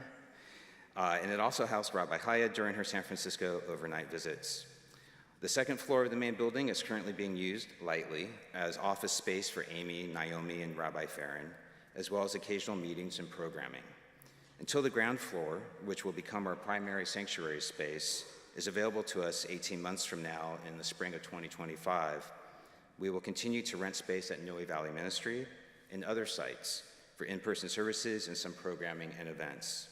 And at this time, I also want to thank deeply our friends at Brandeis for allowing Or Shalom to share their building over the last year and a half. Thank you for providing us space to keep our community together as we emerged from the pandemic. For our building, the conditional use authorization application continues to be reviewed and processed by city planning after a request for some more details. Our best guess is to anticipate our application being scheduled for approval at a planning commission hearing in 2 or 3 months. Cross your fingers. Leadership is aware that holding programs on the second floor is not always optimal due to accessibility issues for some in our community. Although we currently need to use the second floor as possible for logistical and budgetary reasons, we have adopted a policy requesting that anyone who wants to attend programming scheduled for 333 Cortlandt but would find it inaccessible to them due to the 21 stairs to get up there, to please notify Rabbi Farron and/or Amy Maller at least 5 to 7 days in advance of the event so that we can do our utmost to arrange an alternative and accessible venue. You will begin to see this policy stated on our website and in our communications. Unfortunately, per our consultant, architects, and attorneys, we cannot install an interior stair lift at 333 due to building code regulations. However, we are researching with the architects and attorneys the possibility of installing an exterior lift at the rear of the building. And so thank you all for your patience as we wait to have access to the ground floor and as we work on solutions to make the building accessible to all in our community. And thank you to the Facilities Committee for assisting Amy and me on decision-making and other actions for the operation of the building. There have been some huge lifts this past year, and maybe not as heavy as the Mishkan, but I think Amy and our super volunteer organizer extraordinaire, Eleanor Lewis, would understand schlepping Or Shalom's boxes and furnitures that have been in storage in Urati's garage for at least a couple years. We also enlisted a mover so they didn't carry all the heavy stuff. But thank you both for moving the Mishkan. I want to highlight 2 important initiatives that our leadership and your fellow Or Shalomers took on this year, our branding and marketing, and our reimagining youth education. On our branding and marketing, Amy Maller and Naomi Rodriguez-Feiner, who's our communication specialist, led the way on the development of our updated Star of David Dove logo, our weekly newsletter design, and our newly launched website, working with our consultant designer, Susan Weeks. Our executive committee members, Ross Madigan and Liz Isaacs, were also closely involved in the development of the logo and the website design. The new website is a work in progress and will continue to be refined and updated over the coming months and years as websites go. We have also increased our presence on social media, such as Instagram and Facebook, and have been seeing data showing a marked increase in unique hits and visits to our online presence. We also have attained coverage in the J Weekly this past year, and I don't know if, did anybody receive it today in the mail? What was on the front page? Who was on the front page? Margot, Corey, Marianne, and Jeff blowing a shofar on Bernal Hill. So that was a surprise today, so yay, more coverage. We're working it. But there was also including us, we had the story announcing Rabbi Farron's arrival, and there's going to be a very soon to be published photo essay and interview about Rabbi Mira's Sewing Your Own Talit course that was offered through the School of Jewish Living Arts. So excited to see that. And as we discuss and implement upcoming marketing strategies, we do rely on all of you for the best and most effective strategy of all, word of mouth. Yeah. Or Shalom, pass it on. Right? Don't keep it a secret anymore. I also want to talk about a really big initiative that had been waiting for a while, reimagining our youth education. This past year, before I get to that, this past year we continued to provide our youth with a fun year of Jewish learning. Sing Shalom for the Tots was led by the wonderful Jenny Clancy from the Jewish Baby Network and included puppetry on Purim and at a recent Shabbat at Holly Park in Bernal Heights. We are delighted that Jenny will continue to lead quarterly Sing Shalom and special puppet Shabbats in the coming year. I also want to thank Nitza Agam and Or Agam for your weekly teaching of our Or Shalom 2nd through 7th graders this past year with creativity and a lot of love. And another shout out to Rabbi Haya for getting to know all of those kids and working so closely with the Bar Mitzvah students and their families. After all of the challenges posed by the pandemic, staff hiring, and the building purchase, we were finally able to focus attention this spring and summer on one crucial facet of Or Shalom, of which we have wanted to make ourselves anew, our religious school. The Reimagining Youth Education Task Force was created to research, discuss, and develop a new approach to Or Shalom's youth education, one that is experiential, involves parents, guardians, and families, recognizes different learning styles and needs, and would take advantage of all that San Francisco can offer, including around our new neighborhood in Bernal Heights. The curriculum, designed by our educational consultant and new head of youth and family education, Sarah Moss-Yannick, in partnership with Rabbi Haya and Rabbi Farron, is both experiential and academic, hands-on, inter-age, and intergenerational, incorporating Tuesday afternoon classes 3 times per month and a family education session 1 Sunday per month. In age-grouped 1st through 7th grade classrooms, this year's curriculum is based on engaging with the 3 themes of Jewish food, music, and ritual objects through the lenses of diaspora, liberation, and earth. Students will also learn tefillah and Hebrew, with more intensive Hebrew language study beginning in the 5th grade. The Sunday family education dates will include Jewish-themed experiential field trips around the city for the whole family. The 7th graders will be taught by Rabbi Farron, and our new Bar Mitzvah program includes participation in the regular school programming. The Bar Mitzvah students will learn in various modes as a group, one-on-one with Rabbi Farron, with a private tutor to learn how to read Hebrew and to chant Torah and their individual Torah portion, and the students will participate with the rest of the school on the Sunday family education dates. I'm excited to announce that our new school, called Or Shalom Community School, starts on Tuesday, October 10th, with the first Family Education Sunday on October 15th. Tuesday classes will be held at Noe Valley Ministry this year, and we are working on finding a future school site closer to our building in Bernal Heights. More information, as well as the links to register your children with the school or for the Bar Mitzvah program, can be found on our website. Registration is open. We encourage all of you to spread the word of our new school, and also let folks know that they don't need to be partner members of Or Shalom for their children to attend the school.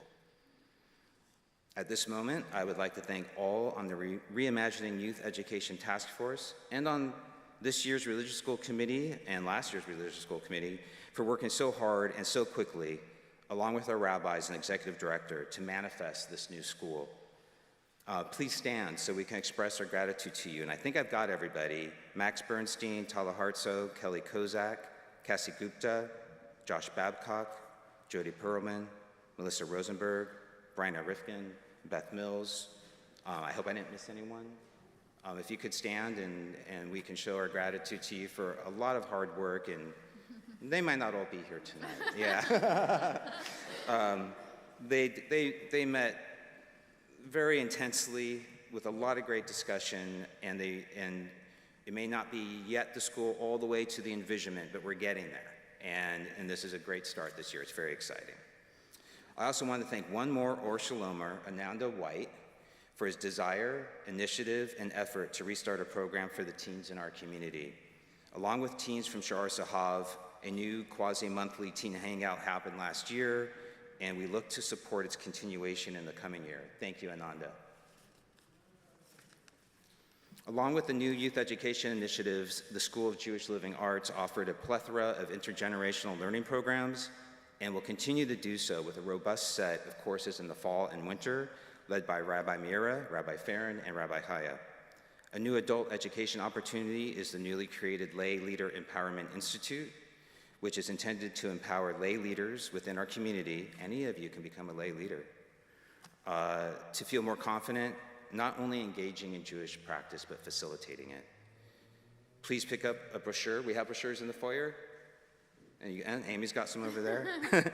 That lists the SJLA and adult education opportunities coming up. And of course, these will be listed on our website and our weekly newsletter as their dates approach.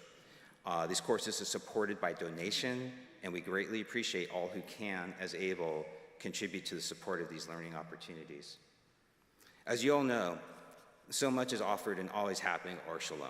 Worship opportunities on Shabbat, holiday celebrations, embodied spiritual practice sessions led by Gail Gurwitz, educational opportunities for youth, adults, and intergenerational, community events like the retreat at Walker Creek Ranch, sorry I couldn't be there this year, the annual picnic at Marks Meadow, the startup of the Havarot and affinity groups, special programming like Charlie Varen's We Are All Storytellers series, and our young adults events, which were initiated by our treasurer, Ross Madigan, and the various Tikkun Olam and social action activities that represent the core values of our community. And as mentioned with Debbie and Deborah here, including Or Shalom's support at the state and local levels and determining reparations policies as economic justice, as communal teshuvah for African Americans in our city and in our state who were done harm since the time of slavery.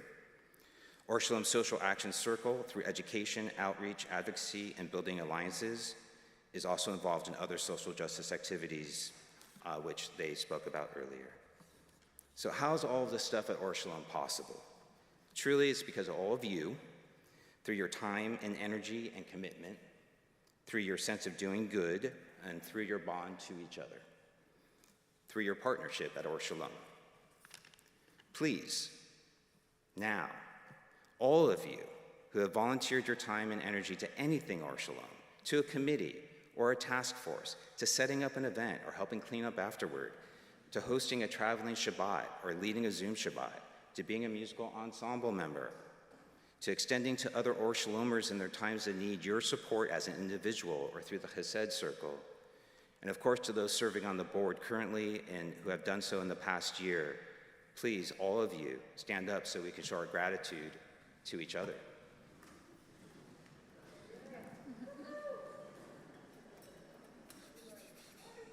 Yeah. Thank you all. Thank you all for this partnership. And all of these wonderful things that happen at Or Shalom are also, of course, supported crucially by your financial support. Thank you for your financial commitment this year and each year to renew your partnership with Or Shalom, and thank you for your donations throughout the year. Our annual Mezuzah Fund campaign just launched, and we ask all of you for 100% participation, no matter the amount, to help support all of the programming, the staff, and the operations for Or Shalom. We cannot do all of what Or Shalom does without your financial support. Later this fall, we will install a permanent mezuzah on our Cortlandt Avenue building, our home. We look forward to that very special day, each of us, our Or Shalom Jewish community, sharing the moment, celebrating all that we have made happen and all that we will become as we make ourselves anew. Shana Tova. Thank you, Matt. Thank you, Matt. Wow. It's not short because we're doing so much. It's amazing. So we're coming to the close of our service. I invite us to turn to page 1216 for the Mourner's Kaddish. This week at Or Shalom, let me see, 1216. This week at Or Shalom, we're observing the yard sites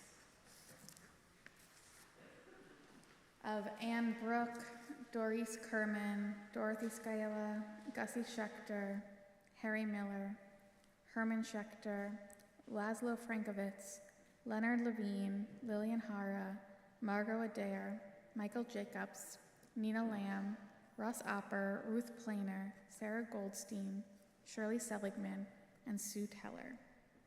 Would anyone like to add a name?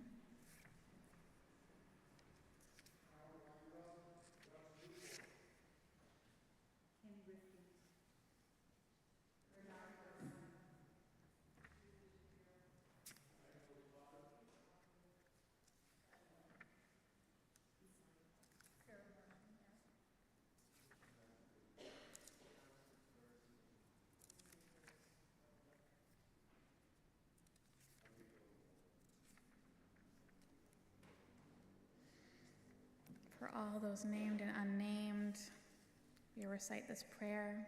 I invite you to rise in body or spirit, if you are in mourning, or if it's your custom, or if you're observing a yard site. Mourner's Cottage, page 1216.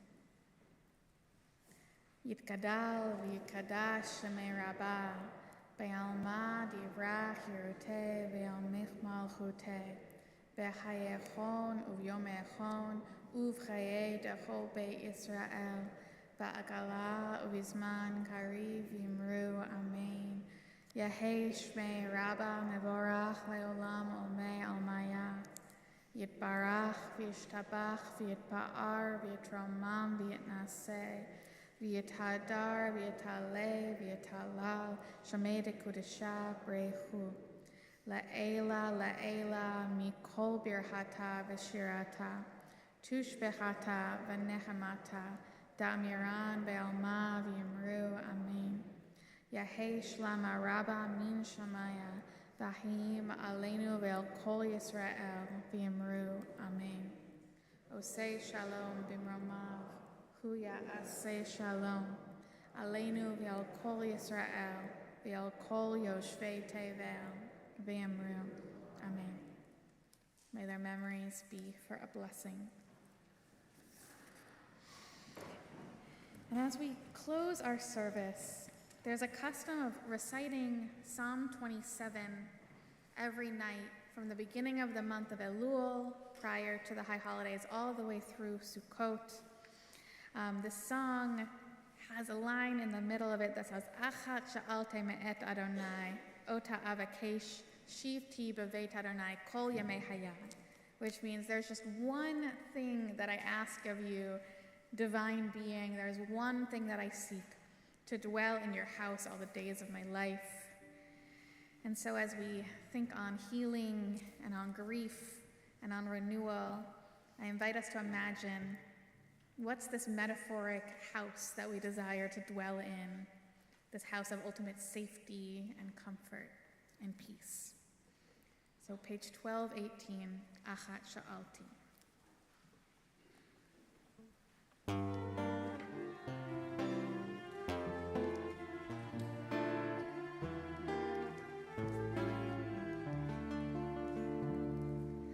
Achat sha'alti meit Adonai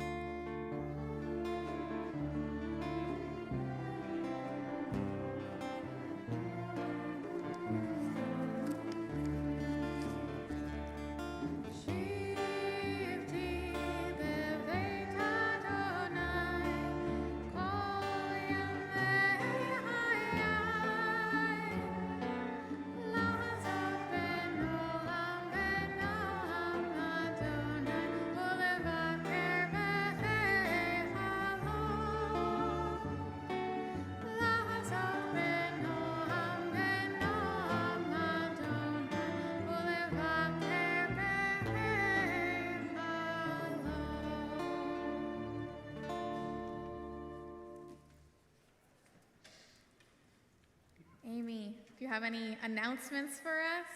More announcements.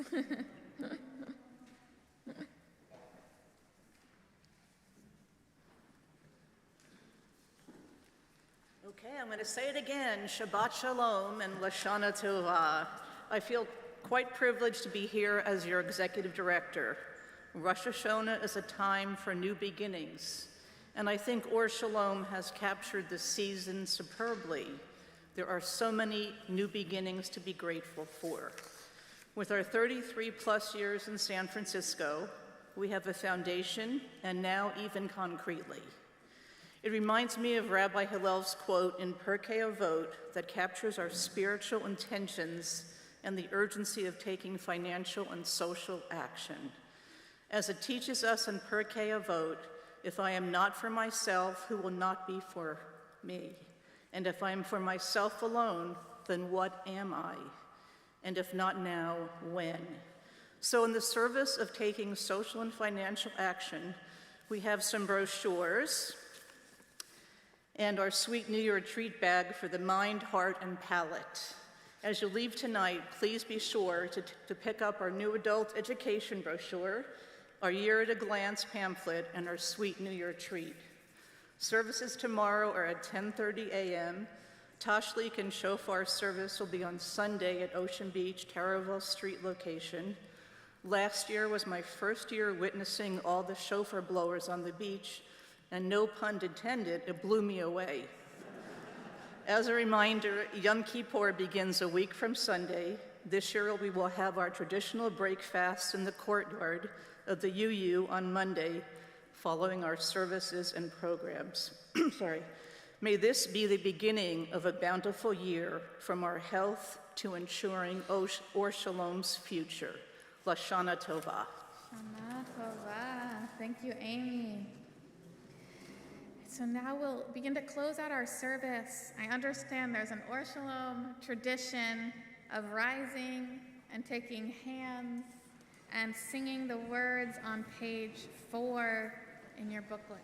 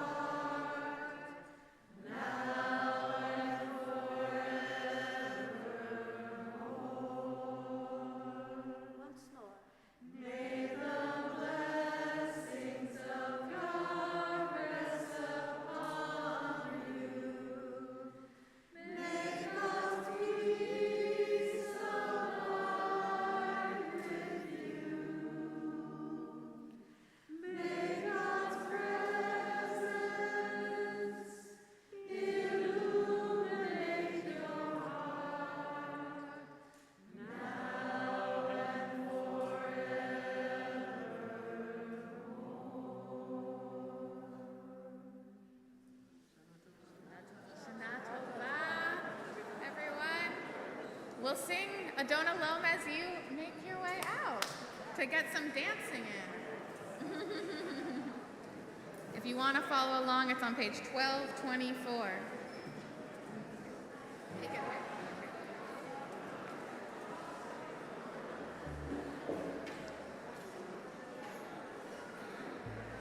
Thank you.